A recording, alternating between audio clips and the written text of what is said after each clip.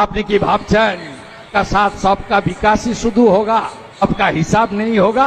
हिसाब तो जरूर होगा। হাতে আইন তুলবেন না, এখনো গুন্ডাগুলো বাড়িতে আছে, চাইলে তো ইট খুলে নিতে পারেন আপনারা। করবেন না, বিজেপি এটা করে না। এদের আসল জায়গা হবে জেল।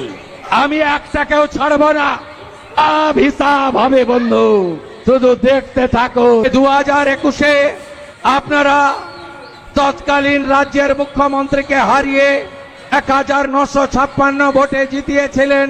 আমি শুভেন্দু অধিকারী আপনাদের ঋণ আমি এবারে শোধ করব, আমার প্রতি ভরসা রাখবেন। ভবানীপুরে লড়েছিলাম, উনি এসেছিলেন আমাকে হারাতে, আপনারা হারিয়ে ব্যাক টু দি প্যাভিলিয়ন করেছেন। পরে আমাকে দল বলল আপনি কি ওর পাড়ায় গিয়ে দাঁড়াবেন? আমি বললাম হ্যাঁ। আমি ওখানে লড়লাম, 15,105 ভোটে হারিয়েছে। শুধু হারানো নয়, মাননীয় যে বুথে ভোট দেন মিত্র ইনস্টিটিউশন, সেই 4টে বুথেও ওনাকে আমি হারিয়েছি।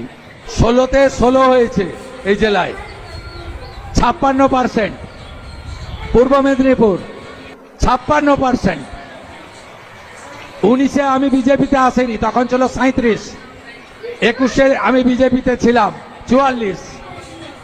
24-এ 49, এবারে 56% হয়েছে।